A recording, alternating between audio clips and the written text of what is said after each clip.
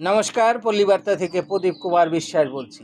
আজ লোকসভা ভোটের তৃতীয় দফার ভোট গ্রহণ চলছে।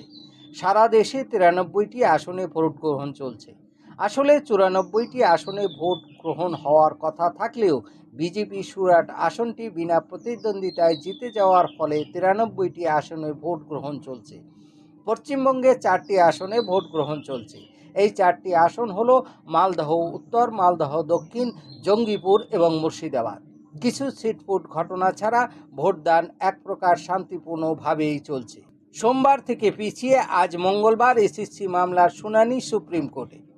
লোকসভা ভোটের তৃতীয় দফার ভোট গ্রহণের খবরের আপডেটের মাঝেও বাংলার মানুষের নজর রয়েছে সুপ্রিম কোর্টের শুনানির দিকে। কেননা 25,753 জন শিক্ষক ও শিক্ষাকর্মীর পরিবারের ভাগ্যের অনেকটাই নির্ভর করছে সুপ্রিম কোর্টের শুনানির উপর।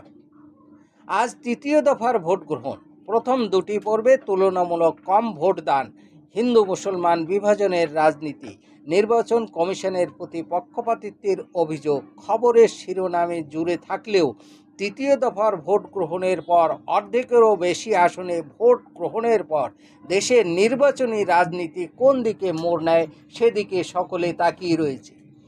তৃতীয় দফা ভোট গ্রহণের আগে নরেন্দ্র মোদী পৌঁছে গেলেন অযোধ্যার রাম মন্দিরে। ষষ্ঠাঙ্গে প্রণামও করলেন, রাম মন্দিরে পূজাও দিলেন, অযোধ্যার বিজেপি প্রার্থীর সমর্থনে রোড শো করলেন। প্রধানমন্ত্রী নরেন্দ্র মোদীর এই অযোধ্যা রাম মন্দির দর্শনকে কটাক্ষ করতে ছাড়েনি বিরোধী ইন্ডি জোট। তারা বলেছেন, দু দফা ভোটের পর হাওয়া সুবিধার নয় বুঝতে পেরে অযোধ্যায় গেছেন। রাম মন্দিরের ধর্মীয় ভাবাবেগকে নতুন করে উস্কে দিয়ে ভোটে ফায়দা লুটতে চাইছেন। বিজেপিও এর উত্তর দিতে দেরি করেনি। উত্তরপ্রদেশ একসময় কংগ্রেসের খাস তালুক রায়বেরেলি ও আমিতির প্রার্থী ঘোষণা করতে শেষ মুহূর্ত পর্যন্ত ঝুলিয়ে রাখতে হয় যাদের, তাহলে তাদের সাংগঠনিক মজবুতি কতটা ভাবতে হতে পারে।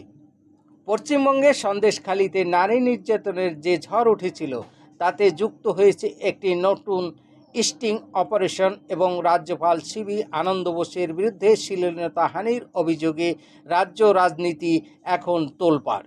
সন্দেশখালিতে নারীদের ধর্ষণের অভিযোগ বিজেপির সাজানো নাটক এবং কেন্দ্রের বিজেপি সরকার নিযুক্ত রাজ্যপাল একজন নারী নির্যাতনকারী, এটা এখন বড় রাজনৈতিক মশলা।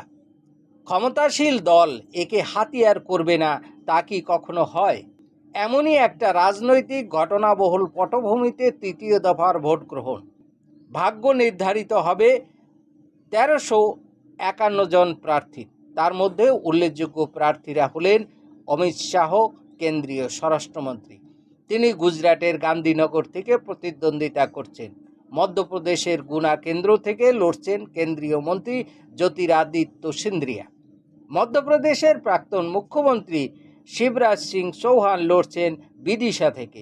অসমের ধুবড়ি আসন থেকে লড়ছেন ইউডিএফের প্রধান শিল্পপতি বদরুদ্দিন আজমল।